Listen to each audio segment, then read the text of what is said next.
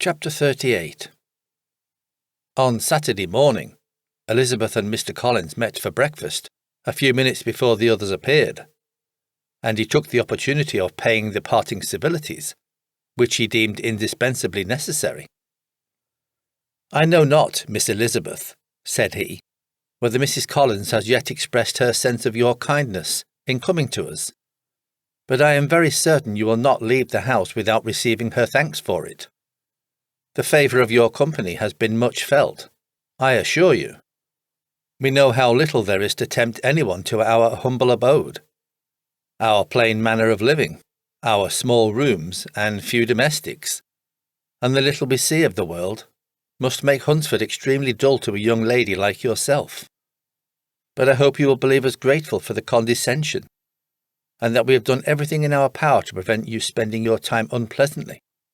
Elizabeth was eager with her thanks and assurances of happiness. She had spent 6 weeks with great enjoyment, and the pleasure of being with Charlotte, and the kind attention she had received, must make her feel the obliged. Mr. Collins was gratified, and with a more smiling solemnity replied, "It gives me the greatest pleasure to hear that you have passed your time not disagreeably.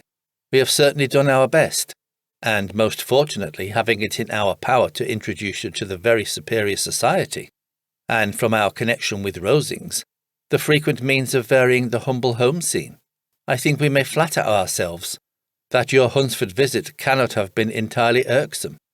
Our situation with regard to Lady Catherine's family is, indeed, the sort of extraordinary advantage and blessing which few can boast. You see on what a footing we are. You see how continually we are engaged there. In truth, I must acknowledge that with all the disadvantages of this humble parsonage, I should not think anyone abiding in it an object of compassion, while they are sharers of our intimacy at Rosings." Words were insufficient for the elevation of his feelings, and he was obliged to walk about the room, while Elizabeth tried to unite civility and truth in a few short sentences. "You may, in fact, carry a very favourable report of us into Hertfordshire, my dear cousin.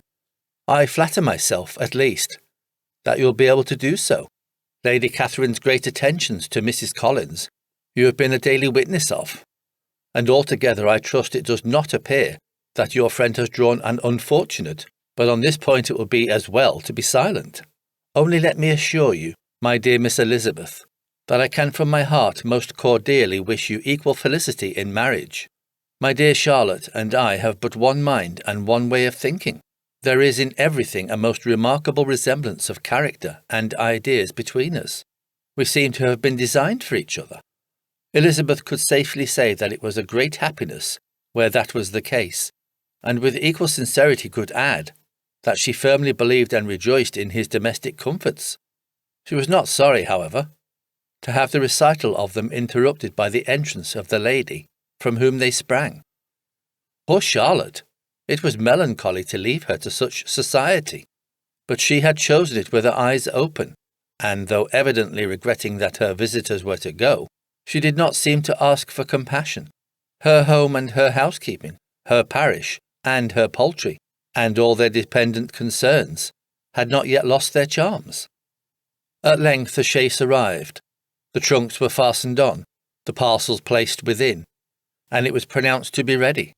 After an affectionate parting between the friends, Elizabeth was attended to the carriage by Mr. Collins, and as they walked down the garden, he was commissioning her with his best respects to all her family, not forgetting his thanks for the kindness he had received at Longbourn in the winter, and his compliments to Mr. and Mrs. Gardiner, though unknown.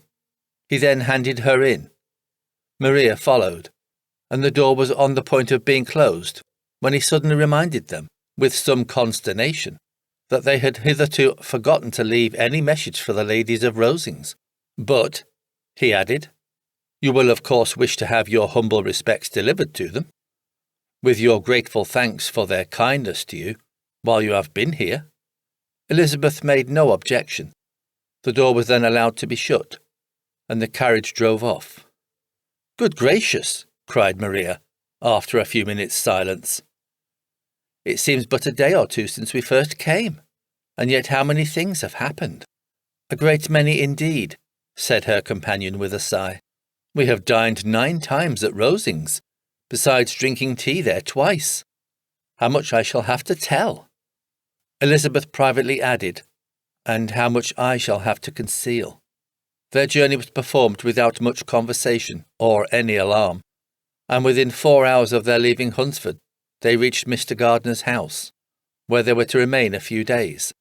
Jane looked well, and Elizabeth had little opportunity of studying her spirits, amidst the various engagement which the kindness of her aunt had reserved for them. But Jane was to go home with her, and at Longbourn there would be leisure enough for observation. It was not without an effort, meanwhile, that she could wait even for Longbourn, before she told her sister of Mr. Darcy's proposals. To know that she had the power of revealing what would so exceedingly astonish Jane, and must at the same time so highly gratify whatever of her own vanity she had not yet been able to reason away, was such a temptation to openness as nothing could have conquered.